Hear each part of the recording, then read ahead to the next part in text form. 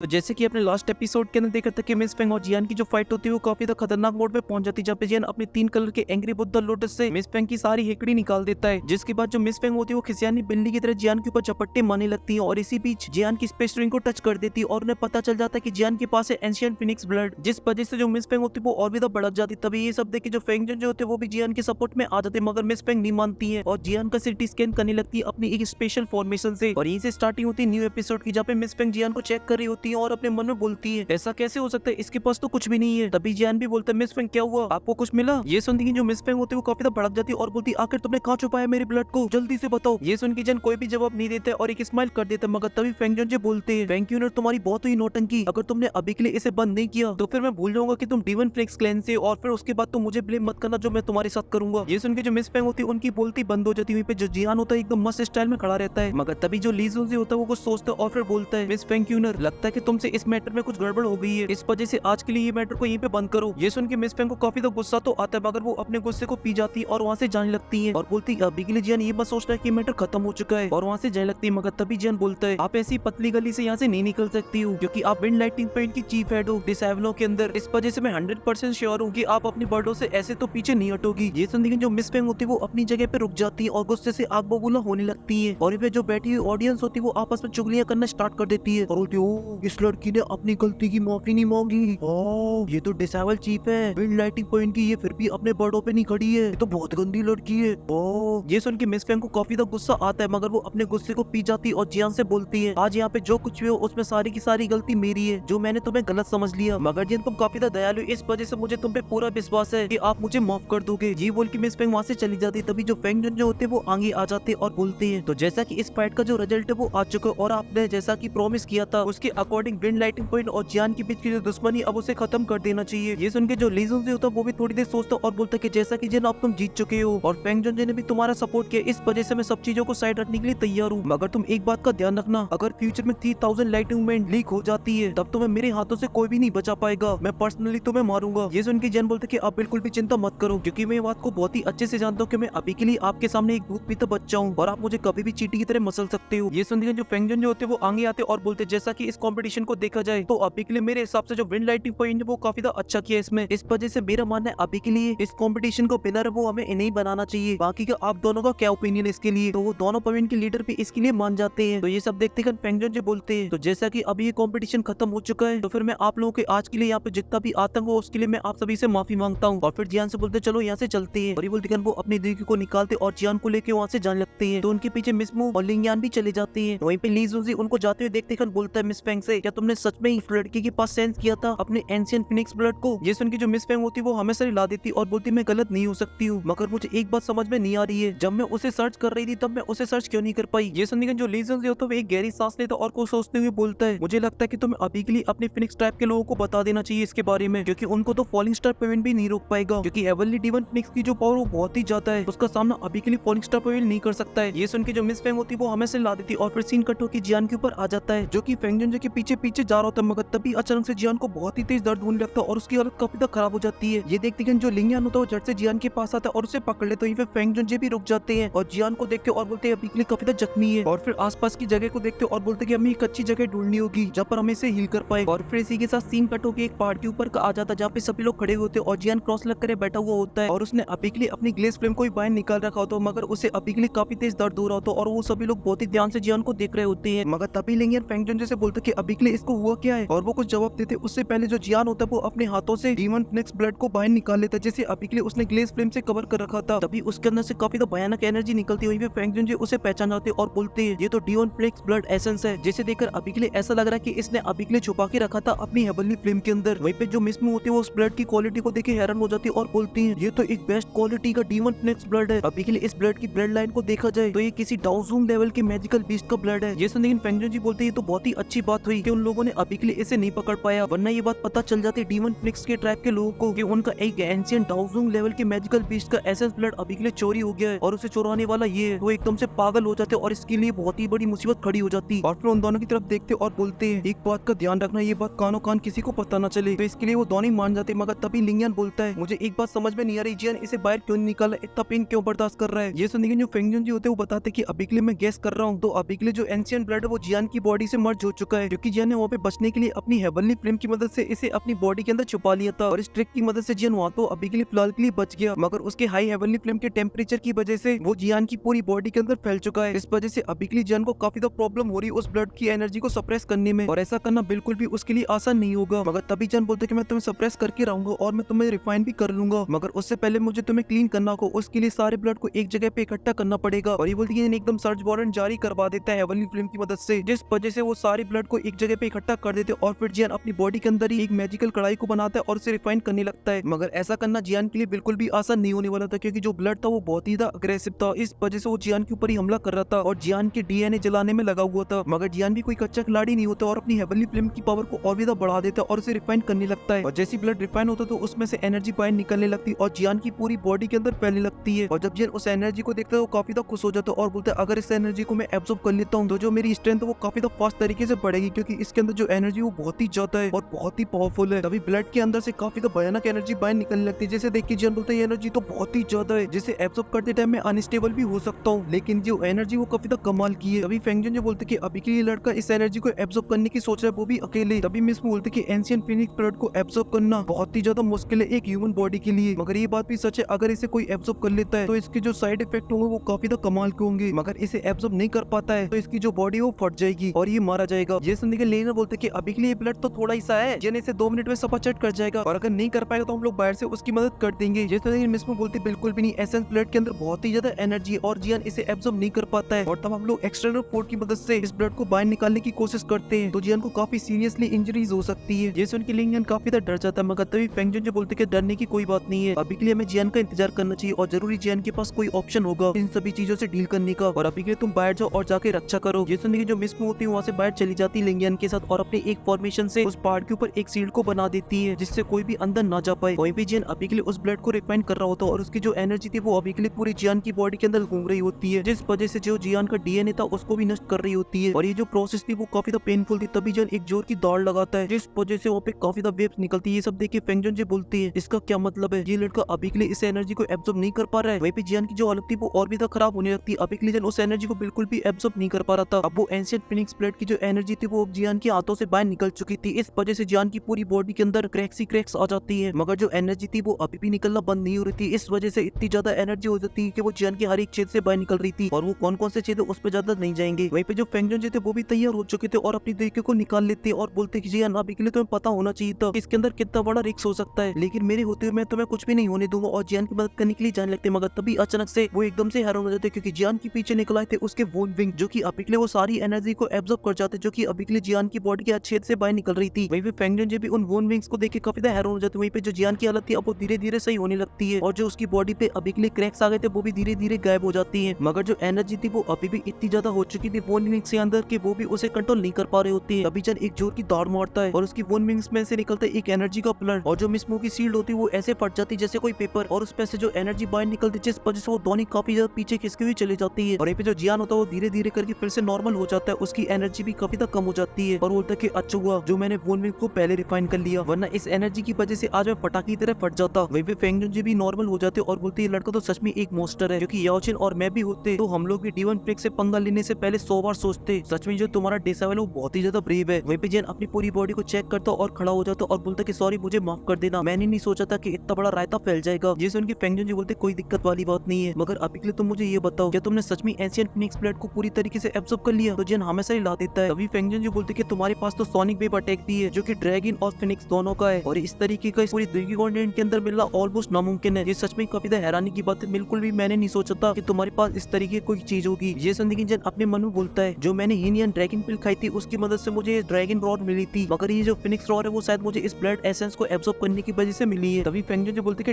ठीक है, मगर मैं तुम्हें एक बात बताना चाहता हूँ, तुम अभी के लिए अपने वोन विंग्स को थोड़ा सा केयरफुल तरीके से यूज करना, क्योंकि गलती से भी ये बात फिनिक्स टाइप के लोगों को पता चल गई तो फिर तुम्हारे लिए बहुत ही बड़ी मुसीबत खड़ी हो जाएगी। मगर अभी के लिए जियान तो अपनी वोन विंग्स की बढ़ी हुई पावर को देख के काफी खुश हो रहा होता है और बोल रहा होता है जब से इन उस ब्लड एसेंस को एब्सॉर्ब किया इनकी जो पावर वो काफी बढ़ चुकी है, यहाँ तक कि इनकी स्पीड इतनी ज्यादा हो चुकी है कि अब मुझे फीतियान भी नहीं पकड़ पाएगा। और फिर वोन विंग्स की पावर से थोड़ी सी दिखावेबाजी करता है और फिर उन्हें अपने अंदर रख लेता है। तभी वो दोनों भी जियान के पास आ जाते और मिस वो बोलते कि मैंने बिल्कुल भी उम्मीद नहीं की थी कि तुम पूरी तरीके से एब्सॉर्ब कर जाओगे एंशिएंट फिनिक्स ब्लड को। तभी लिंगियन भड़कते हुए जियान की तरफ आता और बोलते कि तुम्हें पता भी है मुझे तुम्हारी कितनी देर टेंशन हो चुकी थी, और जियान की एक पंच मारता मगर मगर जियान बन चुका था एकदम स्टील मैन, जिस वजह से उसकी हाथ में लग जाता है और बोलता है कि तुम्हारी बॉडी कुछ ज्यादा स्ट्रॉन्ग हो चुकी है, बिल्कुल एक मैजिकल बीस्ट की तरह। मगर तभी जो फेंग जुन जो थे एकदम से सीरियस हो जाते और बोलते जियान अभी के लिए मुझे सब कुछ जानना तुम्हारे टीचर के बारे में, जो कुछ भी उनके साथ हुआ है। ये सुन के जो जियान होता है वो काफी ज्यादा निराश हो जाता है और उसे काफी ज्यादा गुस्सा भी आ जाता है और बोलता है इसमें स्टूडियो ने एक लगा दिया कट और फिर बताता है कि जिन अभी के लिए मास्टर को किडनैप कर लिया होलो सोल वालों ने, क्योंकि वो मुझे प्रोटेक्ट कर रहे थे और मैं इतना ज्यादा कमजोर था कि मैं कुछ भी नहीं कर पाया। ये सुन के जो फेंग जुन जो होते हैं वो काफी ज्यादा भड़क जाते और अपनी देही को रिलीज कर देते और बोलते कि होलो सोल मैं तुम्हें छोड़ूंगा नहीं, और फिर अपने आप को संभालते और बोलते कि हैंग फेंग ये एक नंबर का जानवर है, इसने अपने टीचर को मारने की हिम्मत कैसे की। और फिर गुस्से से मिस मुंह से बोलते जल्दी से एक ऑर्डर को जारी करवाओ हैंग फेंग के नाम का, मगर एक बात का याद रखना ये मरना नहीं चाहिए, मुझे ये जिंदा चाहिए। तो ये सुन के जो मिस मुंह होती वो हमेशा ला देती, मगर तभी जैन बीच में बोल पड़ता और बोलता कि फेंग जुन जी मैंने ऑलरेडी उससे अपने मास्टर का बदला ले लिया है, अब उसके पास कुछ भी नहीं बचा, बस वो एक सोल बॉडी है। और ये बोलती कि जन एक जेट की बोतल को बाइंड निकालता है और उसके ऊपर से सील हटा देता है, जिस वजह से उसमें से एक सोल बॉडी बाइंड निकलती और वो बॉडी किसी और की नहीं, वो होती है हैंग फेंग की, जिसे अभी के लिए फॉलन आर्ट फ्लेम जलाने में लगी हुई थी। तभी हैंग फेंग जियान से बोलता है आखिर जियान तुम्हें मुझसे चाहिए क्या है, तुम मुझे छोड़ क्यों नहीं देते हो। मगर तभी वहाँ पे एक आवाज आती है हैंग फेंग। तो हैंग फेंग उसी डायरेक्शन की तरफ देखता है जहाँ पर था अभी के लिए भड़का हुआ फेंग जुनजे, जिसे देखते जो हैंग फेंग की होती है वो सिट्टी पिट्टी गुल हो जाती है और डरती बोलता है फेंग जुनजे और वहाँ से भगने लगता है। मगर तभी जो फेंग जुनजे होते हैं वो हमला कर देते और वो हमला इतना पावरफुल होता है कि जो सामने वाला पहाड़ होता है उसे भी तहस नहस कर देता है। मगर तभी हमें हैंग फेंग दिखाया जाता है जो कि अभी के लिए बच चुका था, क्योंकि फेंग जुनजे ने वो अटैक उसके साइड में किया था। तभी फेंग जुनजे अपनी सक्शन फोर्स की मदद से अपने पास खींच लेते और उसकी गर्दन को दबोच लेते और बोलते हैं तू इतना कमीना इंसान है कि तूने अपने टीचर को ही मरवा दिया, सच में तू तो जानवर से भी ज्यादा गिरा हुआ इंसान है। ये सुनकर हैंग फेंग बोलता है कि मुझे मत मारो, उसमें मेरा कोई भी लेना देना नहीं है। तभी फेंग जुनजे अपना एक अटैक बना लेते और बोलते कि अब मैं तुझसे जो पूछूंगा उसका तू सीधा सीधा जवाब देगा और कोई भी झूलझाल नहीं करेगा। और हैंग फेंग बोलते कि नहीं मैंने उसे नहीं मारा। ये सुन के फेंग जुनजे कब तक भड़क जाते और उसे मारने लगते, मगर तभी जन उन्हें रोक देता है और बोलता है कि हम इसे अभी के लिए नहीं मार सकती है, क्योंकि ये इकलौता है जिसे पता है कि अभी के लिए मास्टर को कहाँ पे छुपा रखा है होलो सोल ने। ये सुनकर हैंग फेंग बोलता है कि हाँ मुझे पता है कि याओचन अभी कहाँ पर है। ये सुन के जो फेंग जुनजे होते हैं वो शांत हो जाते और बोलते कि बताओ अभी के लिए याओचन को कहाँ पे छुपा रखा है होलो सोल ने। ये सुनकर हैंग फेंग बताता है अभी के लिए होलो सोल वालों ने सेंट्रल प्लान के नॉर्थर्न वेस्ट रीजन के अंदर याओचन को छुपा रखा है, जहाँ पर है अंडरवर्ल्ड सिटी, वहीं पे होलो सोल की एक ब्रांच जिसके अंदर अभी के लिए याओचन को कैद कर रखा है। ये सुन के फेंग जुनजे काफी हैरान हो जाते और बोलते कि मुझे बिल्कुल भी आइडिया नहीं था कि होलो सोल की ब्रांच भी है अंडरवर्ल्ड सिटी के अंदर। और फिर हैंग फेंग से बोलते कि अभी के लिए उस ब्रांच के अंदर कितने एल्डर हैं उसको प्रोटेक्ट करने के लिए, और उसकी गर्दन को दबाने लगते, जिस वजह से हैंग फेंग बोलते कि